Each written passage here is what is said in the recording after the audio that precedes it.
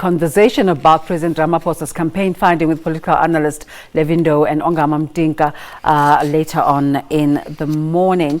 But right now we go to Pretoria. Professor Dirk Kotze is standing by. Prof, a very good morning to you. The voices against the contentious issue of the CR17 campaign funding are getting louder, as was the case in the President's Q A session in the National Assembly yesterday. Your thoughts? Yes, I think what he did yesterday is that for the first time we really had the opportunity to hear him firsthand and to hear his explanation about most of these aspects that are now very much in the news, from the report by the Public Protector right through to the point that the DA made about funding in the previous election in 2014 by Bosasa also. I think what President Ramaphosa did is to in essence to say, well, this is in the hands of the courts. That the review by the courts that he applied for will have to give some form of clarity or real clarity on that relationship between him and the Public Protector and what is the content of her report also. If the judgment by the courts are going in his favor, and I guess there's a good chance for that, then I think his hope is that most of these aspects that have been presented yesterday or talked about yesterday will disappear, because he can say that it's the judgment by the court was in favor of him. I think what his approach also was, and up to now he didn't do anything about it, is to say, I'm not alone in this situation. It applies to all political parties. And when he presented his proposal or made his suggestion about that it must be discussed by Parliament as a whole, and that it must apply to all political parties, I think it was from his side quite a smart move, because he said, therefore, the subtext is that there's no prohibition in terms of what happened in the past, in the 2017 campaign.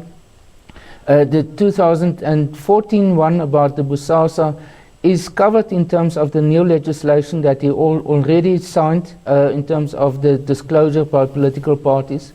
And that if you want me to account for it, all of you must account at the same time. And I think that is one of the reasons why Julius Malema, as leader of the EFF, then stood up and said, well, you are in a unique situation as president and it does not apply to us. But I think that is not a convincing response for the public in general. A segment of South Africans are happy that he's dealt with this, but there's also a segment that feels he's not been completely candid. Well, do you think he's opened himself up to the country? Well, I think what he was saying yesterday is that partly because most of this is in the hands of the courts at the moment, that he does not want to compromise him with answers in Parliament, which can be to his detriment in the court case. Or in the application. But I think what the public wants to hear is an explanation, a definitive explanation about what has happened, and especially his response still is outstanding about what he said to Parliament earlier on, that he was not aware of who were the businesses or persons who made donations to him, and then subsequently some of that information became clear was available to him. So I think these are the type of more ethical issues, not about legal matters, but ethical issues that he still has to clarify. But if we look at yesterday, I think he had actually quite a good day, although it started on a tense way, in a tense manner. But yesterday, I think for many people he provided at least his approach to the situation, not yet complete answers. But I think in terms of his approach, he's saying you are going to get the answers from the courts and not necessarily directly from me. Prof, what should we make of this seemingly new role that Mmusi Maimane is playing, of being the one who lets cats out of the bag, in terms of that letter that he brought out in Parliament yesterday? Yes, as well as the follow-up questions that he asked, quite a number of them, including the one about identifying, well, those persons in the ANC who received money from the CR17 campaign, who became ministers and deputy ministers. I think what the Mmusi Maimane's approach is that based on the fact that the DA didn't do well in this past election, they actually lost votes at the national level, that there's lots of pressure on him in order to demonstrate that he is a strong leader with vision in the opposition, leader of the DA then. That he wants to present himself as not someone who's bamboozled by President Ramaphosa, that he is therefore standing in his own shoes, and that he can play that strong role as the leader of the opposition. And therefore he interprets it as being critical. And that takes one back to the time of Tony Leon, when he had more or less the same understanding of what is the role of the leader of the opposition and the Democratic Alliance. During the time of Helen Zille, she became more involved in what she called as positioning the DA as a party waiting to become government at different levels, local or provincial level mainly. And now the DA is moving back again into more in the direction of the Tony Leon approach, which I think, if we look at the results of the past election, that they possibly are misreading the public opinion. And that is not necessarily of having a more polarized political situation. But that is the approach of Mmusi Maimane, and I think his calculation is that will make him more prominent, more accepted, and more credible as the leader of the DA. Do you think the funding story is going to stay in the public discourse, or is it going to start to dissipate? I think it's going to dissipate. It will definitely lose a lot of its momentum once there's a court judgment on the review of the Public Protector's report. But I think thereafter it will most possibly, to a large extent, disappear. The fact that President Ramaphosa cannot be tied down on the legality of the situation, what has happened, as well as that there's no public funds involved, or that is the commitment he made yesterday.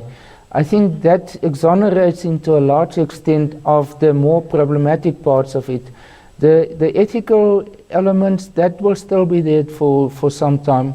But I think the fact that none of the other main participants in the 2017 campaign of the ANC is under pressure to reveal their sources of income, as well as the other political parties who have, I think to some extent, you can call it very bluntly, called his bluff yesterday by saying, you know, if we want to continue with this, then it becomes a measure that's applicable to you also. And I think based on that, there's possibly a withdrawal from their side. Julius Malema was saying to President Cyril Ramaphosa that he wants to have a conversation with him offline about how many more members of the EFF the president has funded.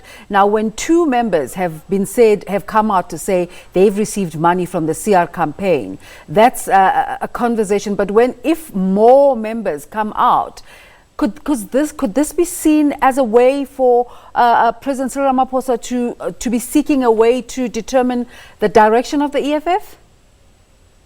No, I don't think so. I think what has happened, these are individual ad hoc cases. It's not part of a strategy from his side in order to influence the EFF at all. I think this is about individual cases.